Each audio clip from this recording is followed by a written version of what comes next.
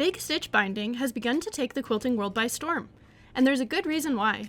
It's a great technique which allows you to secure your binding to your quilt while adding a decorative flair at the same time. The process is very similar to that of usual hand binding, but instead of using an invisible stitch, which will be unseen on the binding, you just use something a little more decorative. Whether you choose a running stitch, like we did, an X or V stitch, a blanket stitch, French knots, or something else, this technique will add a fun decorative finish to your quilt. Let's get into the tutorial. For this tutorial, you will need a quilt that needs binding and binding. For this video, we are using a quilt which already has the binding machine stitched to the quilt on one side. This is because we won't be covering how to prep your binding or how to machine stitch it. If you need some help with that, check out our quilt binding playlist, which will cover all the basics of hand binding your quilt, including measuring and cutting your binding and machine stitching it to your quilt. The link is in the description box below. You will also need thick thread that will be easy to stitch with and pull through a few layers of fabric.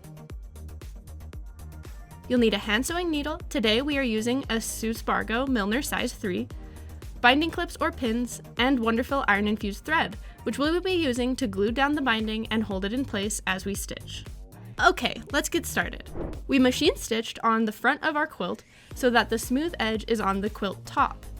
And then we are going to stitch from the back of the quilt, adding decorative stitches to the top side, along where we have already stitched. Let's start by prepping the binding. To prep the binding, we will be using Iron Infuse. Iron Infuse is an easy to work with 40 weight fusible thread that allows you to temporarily fuse pieces of fabric together.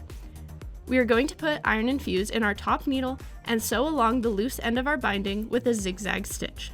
We used a zigzag stitch because then more Iron Infuse is exposed, making it stick better when ironed. Then you are going to fold the binding into place and iron it to fuse the binding to the quilt so that it doesn't move as we stitch. For the corners, add a little bit of Iron Infuse into the seam and fold them into place, then iron. Now you're ready to start stitching. For your thread color, you can pick a color that matches or contrasts your binding depending on what look you want. Grab your thread and thread your hand embroidery needle.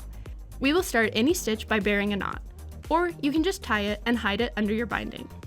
Keep in mind when picking a needle, you will need one that has a large enough eye to fit the thick thread, but one that is thin enough that it won't be difficult to pull through the binding. You also want it to be stiff, not bendy, as we will be pushing it through the fabric from the end. When choosing a stitch to use, get creative. A standard running stitch is easiest, but things like a cross stitch, vertical stitch, or French knot can add a more unique look to your quilt. As long as the binding is securely attached to the quilt, you can use whatever stitch you'd like. We'll be showing you a running stitch.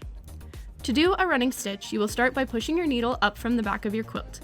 You may want to use a thimble as it could be difficult pushing your needle through all 4 layers. Push your needle up straight and pull it tight.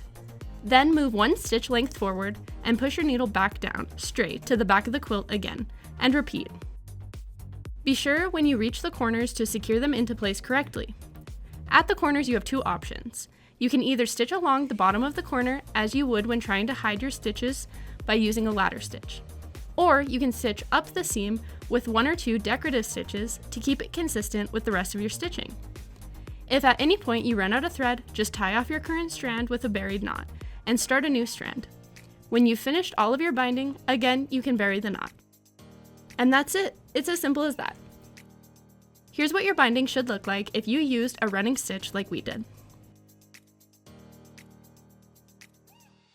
Thanks for watching.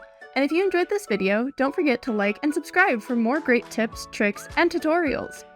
You can also sign up for our weekly newsletter to get the first look at free projects, sewing tips, and inspiring tutorials delivered right to your inbox.